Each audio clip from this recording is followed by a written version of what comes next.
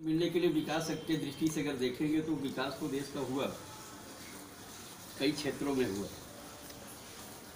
लेकिन देश कहीं न कहीं संकट में घिर रहा है। व्यक्तिगत से थोड़ा ऊपर उठ आप के कह रहे हैं देखें कि विकास हुआ। हाँ, विकास तो वो हुआ। कौन कौन सी चीजें हैं जो विकास हुआ, हमें भी जरा बताइए कि क्या क्या मिला है आपको। जैसे यातायात के जितने भी सुविधा थे, वायुयान से लेकर के रेलवे से लेकर के गाड़ियाँ तक, और उसके चलने के लिए जो मार्ग है, सड़क है, उसका विकास हमें देखने को मिलता है।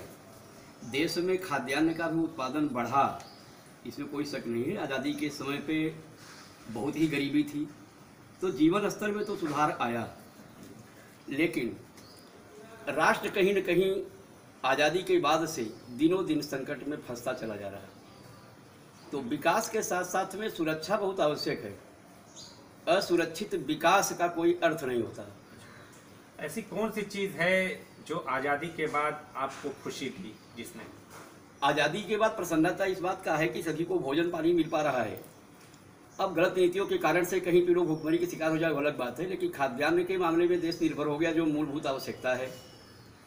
यातायात के साधन सब सही हो गए, पढ़ाई लिखाई के भी मतलब चीज़ों को तो बहुत कुछ विकास तो हो गया, लेकिन मैं फिर वहीं पे आकर के कहता हूँ कि उसके साथ साथ में बहुत सी चीज़ें, कुछ टीस भी है, कोई टीस भी पैदा हाँ, टीस इस बात का है कि विकास जहाँ हम करते गए वहाँ हमारा कई जगह पे पतन भी होता गया। अगर हम एक दृष्टि डाल दें 47 से लेके आज तक, तो 47 में भी हम इतने चोर उचक्के और भ्रष्टाचारी नहीं थे जितना आज हैं।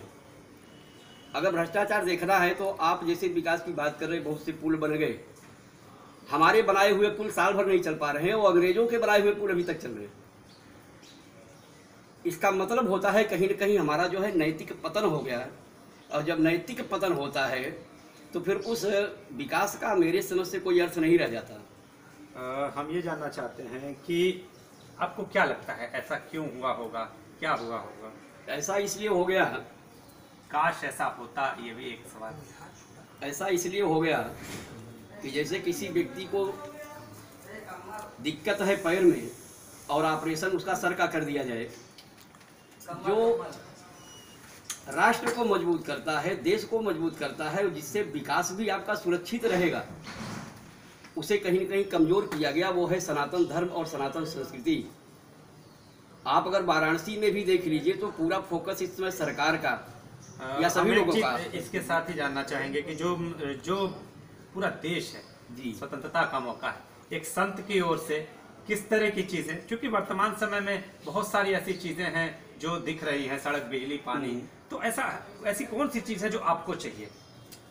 हमको चाहिए सुरक्षा, क्योंकि आपने पुल बना दिया, उड़ा दिया जाएगा, लोग सुरक्षित नहीं है, मारे जा रहे, आए दिन कोई न कोई घटनाएं घट रही हैं। आखिर आप एक बार बताइए कि हम विकास कर गए, सब कुछ हो गया, हम पढ़े लिखे लोगों की जमात में आ गए तथाकथित रूप से, फिर हमारी बहन बेटियां असुरक्षित क्यों हैं?